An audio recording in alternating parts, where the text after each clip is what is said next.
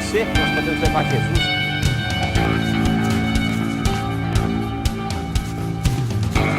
Invista neste canal. Invista em um mundo melhor.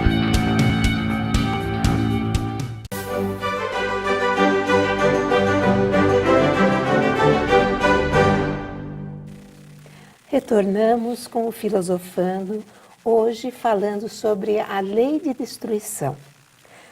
Professora Sônia, e quanto às guerras? Elas são necessárias? Dentro da lei de destruição, a crueldade é desculpável? E a pena de morte é justificável perante Deus?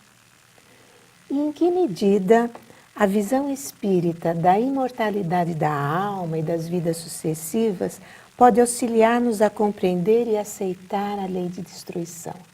Então, Márcia, você veja o quanto que o Espiritismo enfoca tantas questões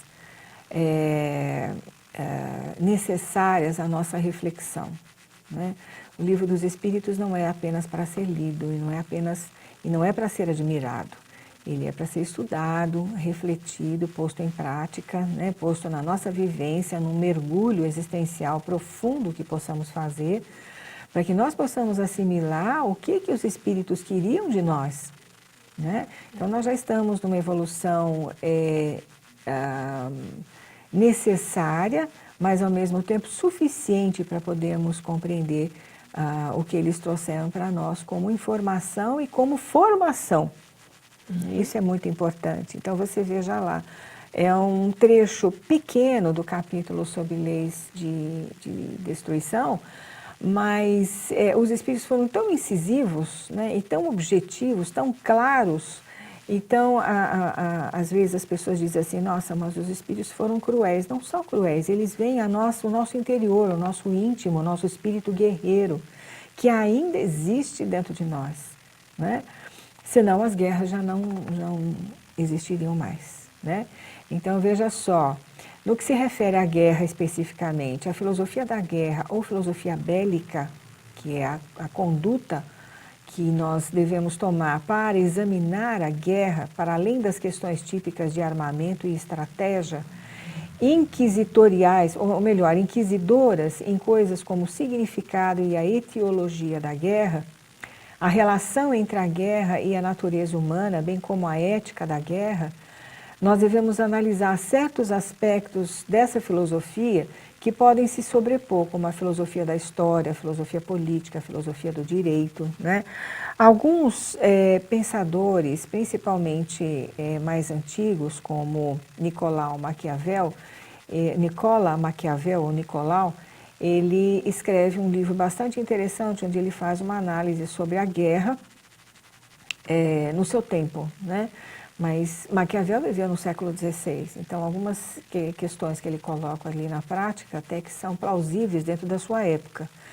No nosso momento atual, uma pessoa, um alemão chamado Karl von Clausewitz, ele escreveu um livro chamado Da Guerra, um tratado sobre arte militar, escrito por esse general prussiano, majoritariamente após as guerras napoleônicas, ou seja, entre 1816 e 1830, época em que Kardec estava entre nós, né?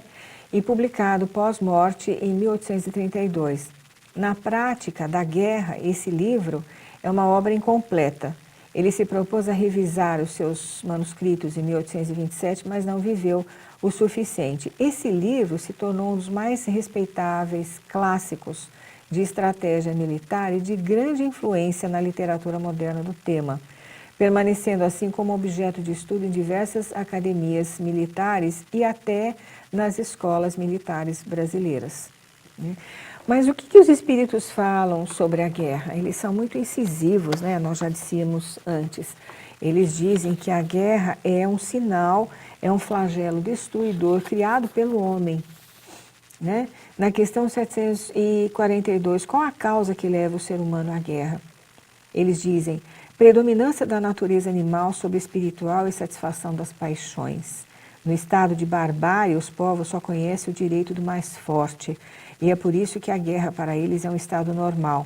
Mas à medida que o homem progride, ela se torna menos frequente, porque ele evita suas causas e quando ela se faz necessária, ele sabe adicionar-lhe à humanidade. A pena de morte estaria mais ou menos inserida nessa questão, a crueldade também, não é? Porque o que nós estamos vendo aqui, se a guerra é, entre aspas, necessária no sentido do despertamento da alma humana, da consciência humana, por meio do sofrimento, né? Agora, eu fico pensando, Márcia, a ascensão do nacional-socialismo novamente nos países europeus, que foram os causadores de duas grandes guerras mundiais. Aliás, as guerras eram entre eles. Alemanha e França, né? Eles arrastaram o mundo para uma guerra mundial. Num entrevero que sempre houve entre França, Inglaterra, Alemanha, Espanha. Então, entre eles, eles foram os responsáveis por duas grandes guerras mundiais. E são eles agora que querem desfazer os propósitos, os nobres propósitos da União Europeia, que não surgiu ao acaso. Surgiu logo após o término da Segunda Guerra Mundial, por incentivo de pessoas europeias, de nacionalidade europeia, que visavam essa união de interesses quais fossem de comércio, de educação, etc. e tal, de filantropia, o que fosse, política também, mas no sentido de cessarem essas guerras. Aí se criou a comunidade europeia, o mercado comum europeu, né, nesse sentido. E o que aconteceu? A Inglaterra também sempre esteve nesses conflitos.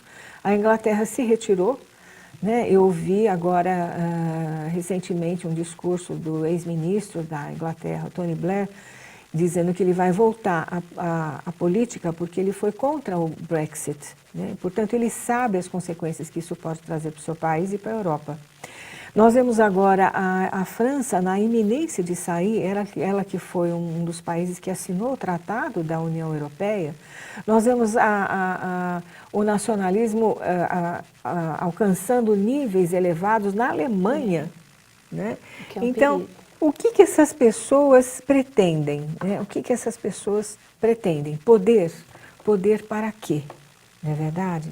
Aí nós também refletimos nas ações dos Estados Unidos, mas não, quando nós dizemos os nomes dos países, não é, Márcia? A gente não está falando dos povos, porque a população é a maior vítima desses destemperos dos seus líderes, né?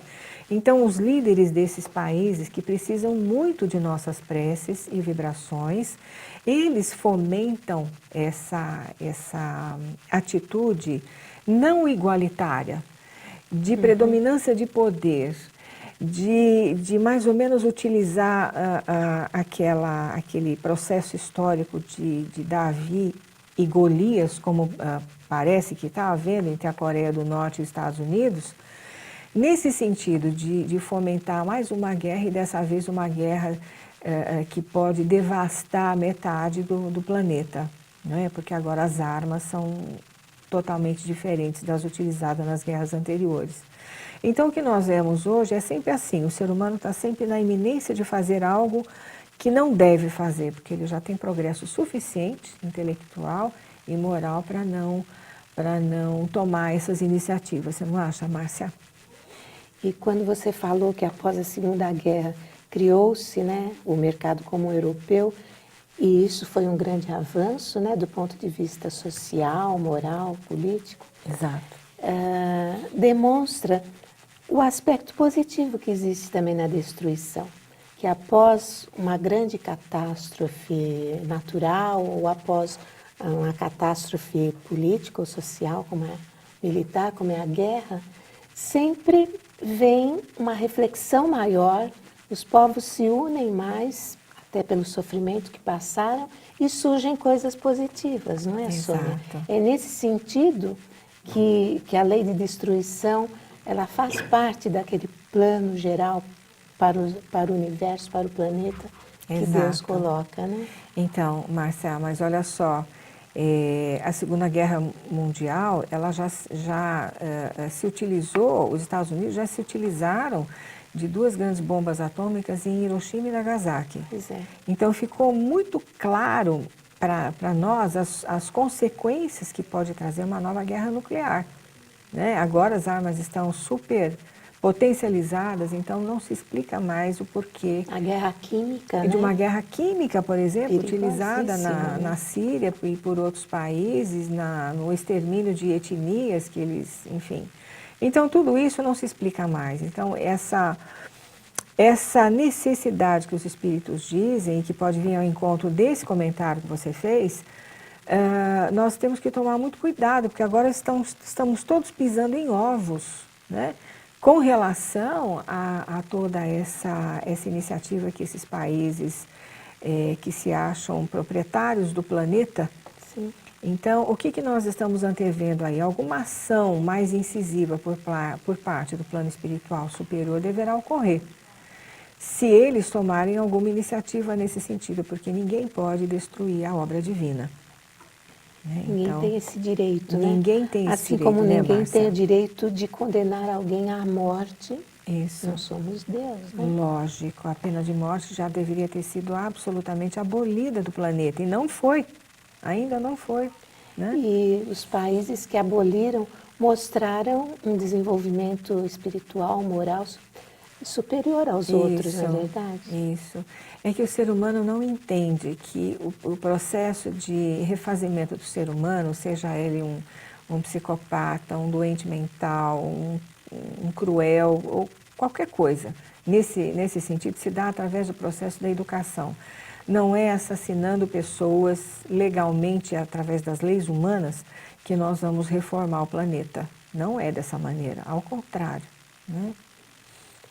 Temos que fazê-las se aproximarem das leis divinas, Lógico, né, Sônia? lógico. Que são perfeitas. Exatamente.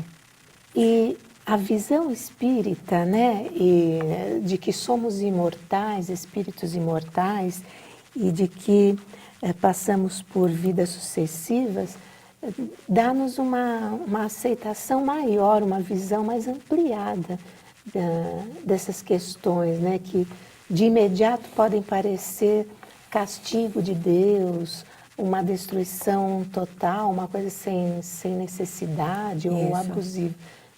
Não tem nada errado com as coisas que Deus faz em relação a nós, mas com as coisas que nós próprios provocamos, as destruições que nós, homens, provocamos. Exatamente, né? Márcia, porque a gente também não pode levar a pensar que as leis divinas estão conforme a lei de Talião mosaica. Deus não se manifesta através de castigos. O ser humano é que se castiga, tudo que ele faz em prejuízo da natureza, do outro ser humano, sem dúvida nenhuma que vai acarretar uma consequência. É isso, é dessa forma que funcionam as leis, são educativas, portanto, e não punitivas. Bem, infelizmente temos que encerrar por hoje. Fica aqui o nosso agradecimento pela sua atenção, pela sua companhia e esperamos contar com vocês novamente na próxima semana. Até lá!